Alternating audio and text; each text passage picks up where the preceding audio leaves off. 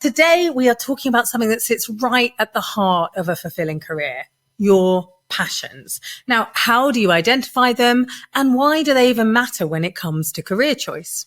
See, passion isn't just about your hobbies and the things that kind of give you pleasure. It can be about the topics that really energize you, the causes that you care about, or even the ways of working that feel natural and just feel exciting to you. And today we'll be exploring what passion looks like in these different forms and how you can use that insight to connect yourself to meaningful and successful work. And we'll also talk about how you can start uncovering your own passions and how using the career equation framework can support you to make sense of it all. So we'll also be sharing some stories, both our own and from our past guests, to help you to bring these ideas to life. You'll spend 80,000 hours at work. You're here because you want those hours to count. Hi, I'm Zoe Schofield. And I'm Erica Sosner. A warm welcome to the Career Equation podcast. On this podcast, we take time out from our award-winning careers consultancy to share a game-changing formula to help you solve the sum of your life. Each week, we and our guests use the career equation to explore their story so far and help them unlock the secrets of a fulfilling career.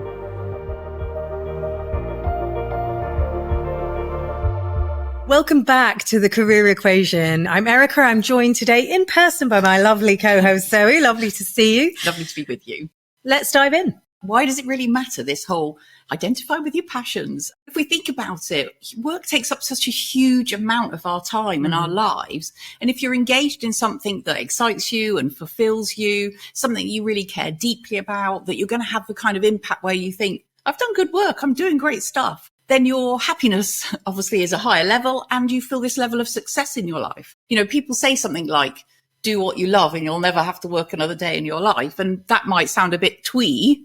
And of course, work can be challenging at times. And we're not suggesting that it's going to be utopia all of the time. And that wouldn't be realistic to think that. And jobs have their challenges. But when your work begins to align with your passions, what motivates you, what helps you to be resilient, then you really can excel.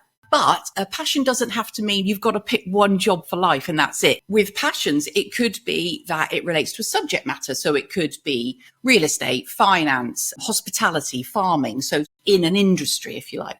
But also it can be more of a way of being, I think. I love problem solving, or I love innovating, or I love creating beautiful spaces. So you can take that and apply that then to different industries and subjects.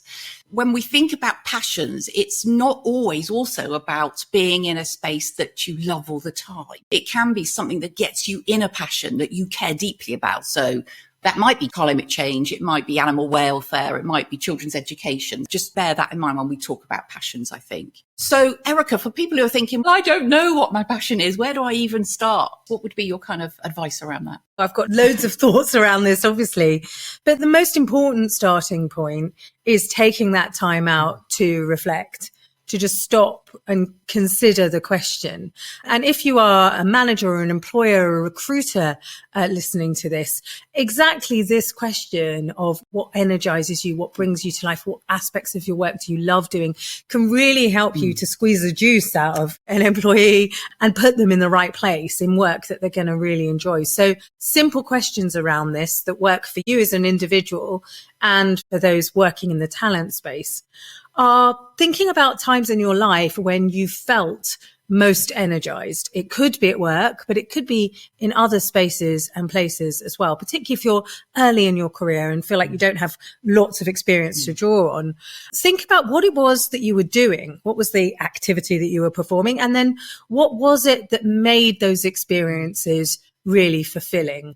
So, for example, really early in my career, I was asked to represent the Home Office at an event up north about child prostitution and people trafficking. And it was really exciting to go and be on the ground with real people, talking about real things, capturing the real stories, because I often felt quite far removed. So that sense of connection to the impact of the work that you're having was really, really exciting. And also to have the opportunity to bring ideas there. And they really appreciated that I'd made the journey and I'd come, but it felt like mutually energizing, learning, reciprocity, and getting better policy and better practice as a result of that kind of sharing, right? So that would be an example. Think about a specific moment. What were you up to? And why did that give you a sense of energy? And that was time well spent. It was a really good day. Another method that works really well is just thinking about what you naturally gravitate towards, what you like geeking out on, whether that is books or blogs or threads online, whether it's events that you attend, conferences you're excited about or look forward to, the kind of programs and podcasts and media that you consume. What are the topics that energize you when they're in a conversation and you want to join in to that conversation? Those are all like very simple ways of touching in to the things that matter to you. And the reason that we ask you to keep thinking about this is because the things that give you energy are the things you're going to have a lot of fuel to develop excellence around. Both of those things are going to give you tenacity when work's not as easy as we'd like it to be, or it's not as flowing as easy as we'd like. And last place to look is what other people say. Getting a little bit of feedback from friends, family, colleagues, peers, people who know you and who you like and trust to say, what would you say that I'm into? What am I passionate about? Because you might be surprised about what they see that you may not have picked up. Yeah, absolutely. And don't forget that bit earlier about what are the problems that you like to solve or the things you like to fix? So it could be that it does get you in a passion. So think about those things I said earlier where you think, oh, actually, when I look back, there was a time when, whilst the subject might have been troublesome, you know, in terms of animal welfare, for example, where it was a difficult situation, but actually I cared so deeply about it, I wanted to make a difference. So there might be some threads there we can hook into. Think about those things like, what is it that I get on my soapbox about? What is it that I really feel like I want to stand up and say something about? What do I lose track of time doing because I get so involved, that kind of problem solving? And also think about your whole life. So what's going on out in the peripheral vision of your life where you might have hobbies or interests, and think, what is it about that that energizes and motivates me that I will spend my free time doing it? What does it give me that I'm perhaps not getting in work at the moment? And how might I align that a little bit to get that same sense of feeling? It might not be the same things. For example, when I was younger, I was really passionate about dancing, and I'm not going to be a prima ballerina now. But that sense of performance when I'm curating workshops and facilitating, doing this to a certain extent about performance of sharing a message, whether that's through dance or through education. So just think about that whole life, not just the tunnel vision of work. I was thinking about things I like doing outside of work, and I think probably singing and yoga. And then I was thinking, okay, so what is it about them? And it's something about flow, getting into flow, but it's also something about togetherness, doing that with other people and actually transferring that over. I see that both of those things are really relatable in my work. Yes. And then when I have both flow and connection with other people, I could go on and on. Right?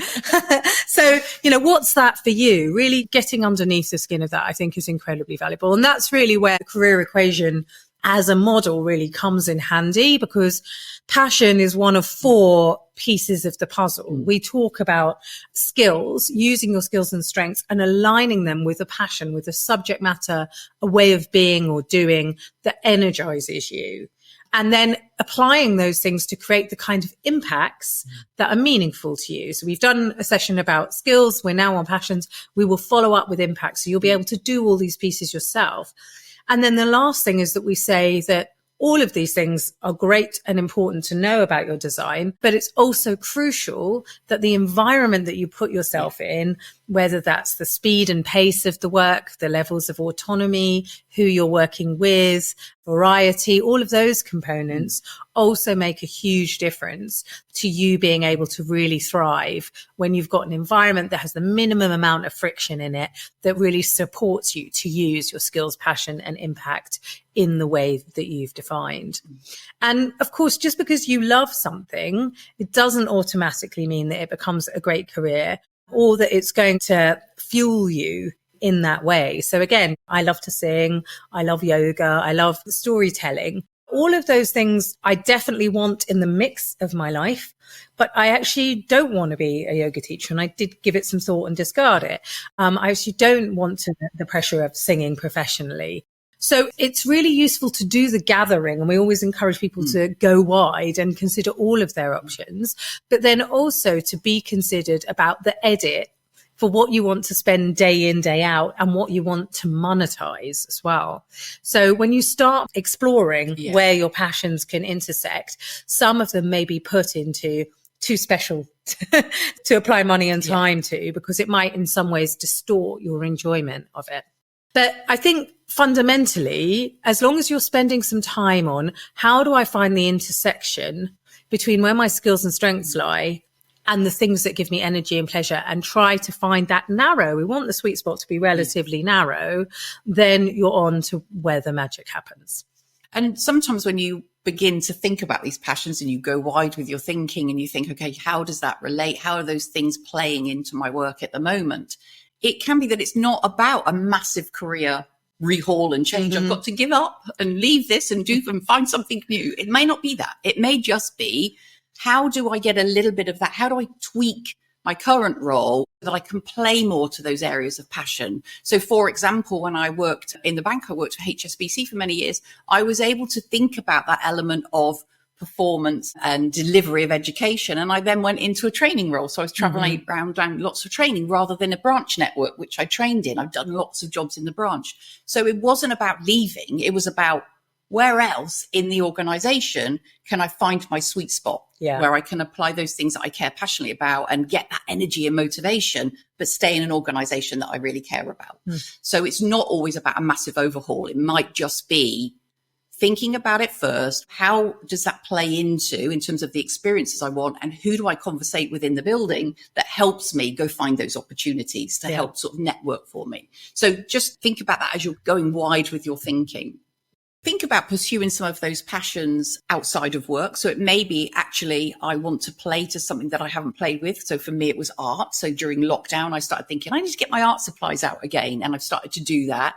Then I can think about, when I'm getting that kind of luxury of passion in my outside of work life, to think about, would I want to monetize this? Do I want to bring that more in my world of work? And I'm able to play to that a little bit now, luckily. But it may be that it just stays there in that sort of outside of passion. So definitely think about, what are the things that I need to bring into my world of work and outside of work to think it energizes and motivates me throughout my life? For the people leaders, HR, recruiters listening to this and going, I don't want to have a conversation about people's passions because it might not line up with the work that we're doing. Just worth saying again what Zoe said, that infinitely more often than not, when we start career conversations, people are looking for ways to amp up the value that they can bring in the role that they are in, and being able to be precise about what is it they're passionate about that they would love to up. Is it learning new things, nurturing talent, helping more clients, producing greater designs? All of those things have something in it for you as an organization. You needn't be shy of that. And it's also really okay to have a conversation that supports somebody to say, okay, I appreciate that, like, the creativity in this particular role or remit is limited, and we should certainly look at wider growth in the organization about where you could use that more. But let's talk about your life outside of work and see where that value could be added there too, right? So don't be afraid to feel like, if we start talking about passions, this person is going to leave us if everything that's on their list is not within the role that they play. That isn't really how it pans out. It's more about helping people to be really specific about what is and isn't working, so that they don't make impulsive jump ship decisions based on something that actually was solvable within the organization. And as Eric said earlier, it's really important to go wide with that thinking to start with, to think about all the things that you love in your life that you want more of and to be involved more of, but then to start to think about the sort of edit of that list. What is it that I would want to bring into my world of work and monetize, and what do I want to stay for pleasure? For example, I love going out with my dog in the morning. We walk to the beach, we walk through the park. I love it. But I wouldn't want to monetize that and become a professional dog walker. In lockdown, I thought, I'll groom my dog. Maybe I'll be a dog groomer. Being the scanner that I am, that has lots of ideas, I can tell you I groomed him once and thought, nope, that's not for me. So there are things that we love in our life, but we wouldn't necessarily want to spend every day in doing it. I know somebody who went into art as a hobby, doing lots of pieces, and then decided she wanted to do that as a job. Soon as she started getting commissions, she hated it. Yeah. She didn't like the pressure of fulfilling the commission for her client. She just liked to make art for herself. So those sorts of edits will help you think, no, that's just for me. That's outside of work. But there might be some things that you think, no, I do want to bring that into my world of work. And then, so how do I do that? What is it that gives me? And how could I play? And the conversations then flow from there in an organization, I think, definitely. Yeah. And look, equally, when we're working with people who are looking at making wholesale transitions, perhaps they've been made redundant and got almost a free base to choose again and some time to think about it, you may discover that you want to set up a dog grooming business, right? So that's why we ask you to go wide, because there may be something in there that you may not want to pursue right now, or there may be a gem that, do you know what, I actually always dreamed of that, and 20 years ago I abandoned it, and now might be the time to bring it back. So we're just saying, consider the edit from the perspective of, do I want to make a living out of this? Yeah. And one thing that's just occurred to me, actually, Erica,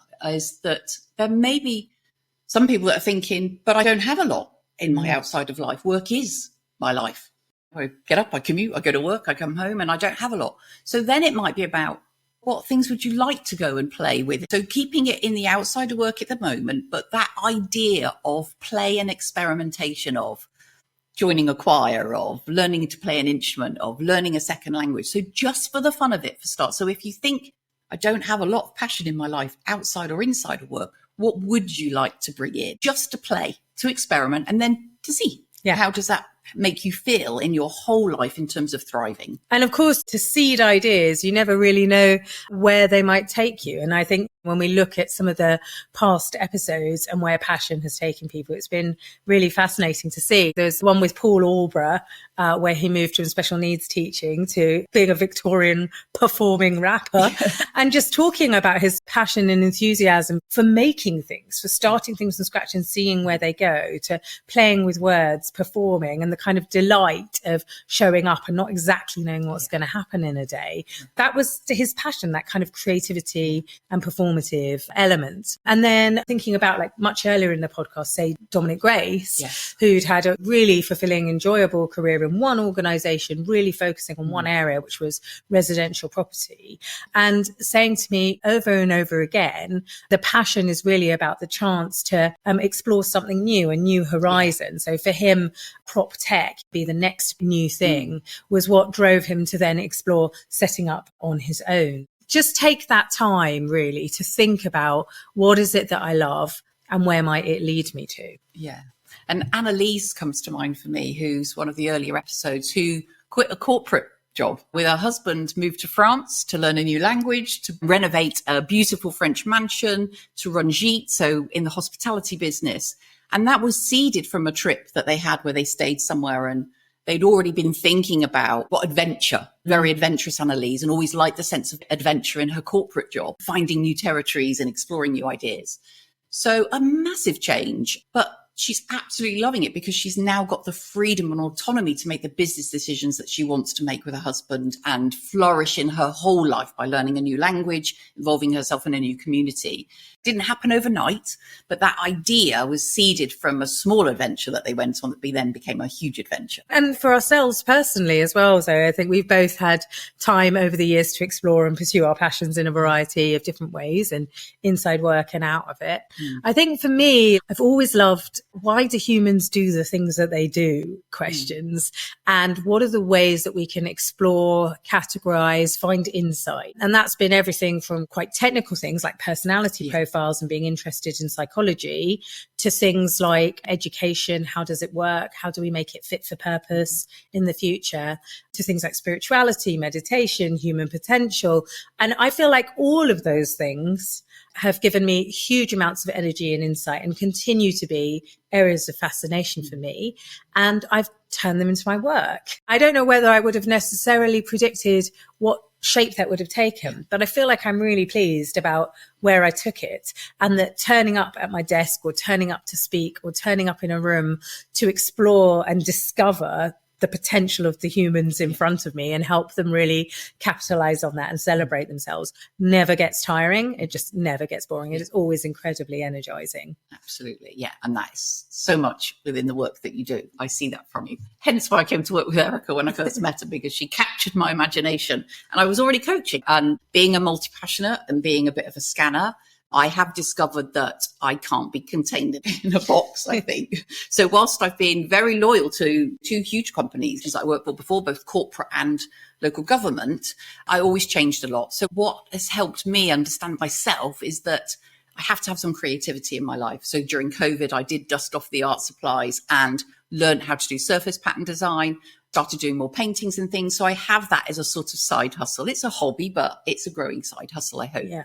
But also, that isn't enough for me. I also want to help people to be the best versions of themselves, to live in a space where they feel energized and excited by their work, that they are getting nourished in their life and their environment around them. So for me, I have to have a variety, whether it's that they're hanging some of my art on their walls and that makes them feel great, or whether I'm coaching and we're walking and we're talking about moves and changes they want to make in our life. The pleasure I get from that is really important to me. Being able to create that by working with you, doing a bit of my art, doing my own coaching as well. And that for me begins to tick the boxes in terms of thriving. So there isn't necessarily just one passion that you have to follow single-minded from the day you're born to the day that you die. God, could you imagine? But also it's okay if you aren't even sure, like, would I even use this word passion for myself? Just the idea of what makes you feel good, what gives you energy. And that feel might be calm and restful and flowful, or it might be, oh, I'm so excited that I get to be here. Or it could be, I really care about this thing. So we're just asking you to tap into what's the felt sense that you want to spend time in, and what is the kind of activities or interests that could support that. And lots of us have multiple interests. All those interests evolve over time. You might have a season for something and a season for another. And the key is really to just keep paying attention to what excites and what drives you. And if you find it hard to stick to one thing, do check out our videos on YouTube about scanners, because we'll be explaining how, if you want to do everything and you're excited about everything, first of all, to how to be really proud of that as a characteristic of your personality, but also how to really harness it so that you can make extraordinary things happen. So do keep an eye out for that. So if you take one thing away from the conversation today, it isn't that passion is just about fun. It is about that, as Erica said, that energy, that motivation, that desire to make things better, to improve things that you care deeply about. In fact, I've been working with someone recently as a coaching client who said to me exactly that of, I don't think that I am passionate about a particular subject area.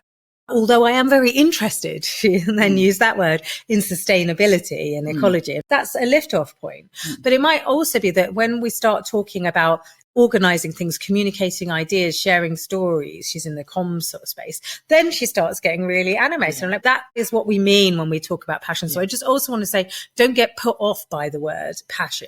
Think about it as the engine room. What is the thing that's going to give you that drive and energy to be exceptional at something and to keep working at it, stay committed.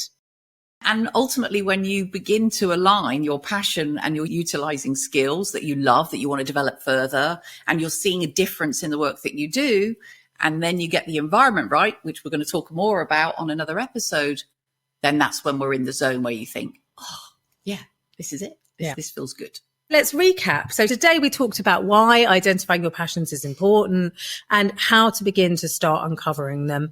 And if you're working with others, how to use some simple questions to uncover it for them too.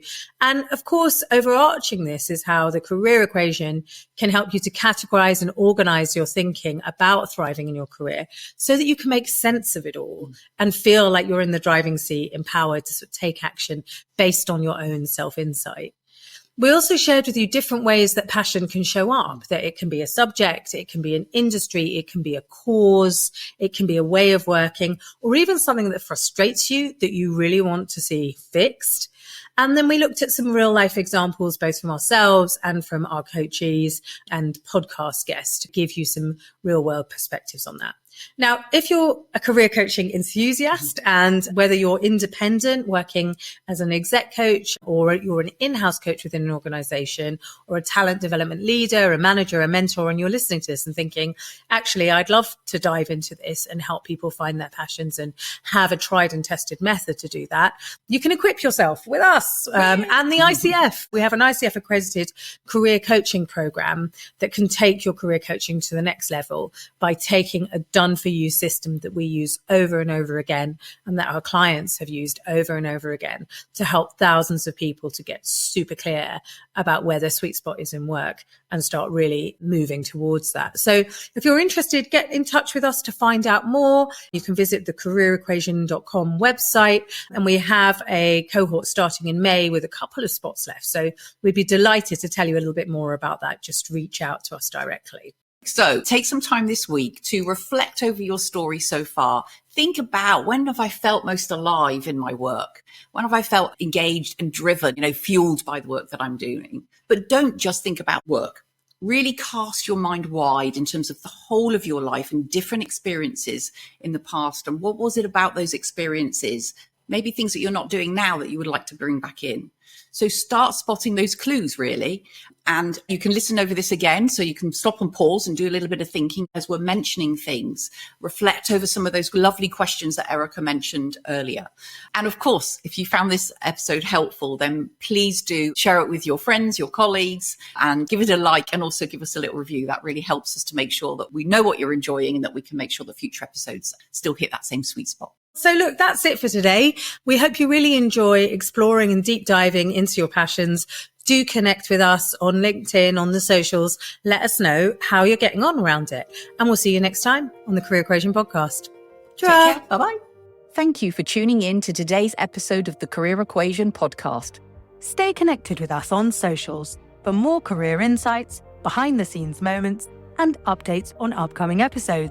And if you'd like to work with us, visit the Career Equation website or click the links in the show notes. Remember, the Career Equation isn't just a podcast, it's a journey towards unlocking your full potential, enjoying your life, and doing remarkable stuff. And don't forget to share your thoughts and feedback with us. Your input shapes the future of our show. Until next time, keep solving those career equations and pursuing your path to success. This is Erica Sosna And Zoe Schofield. Signing off.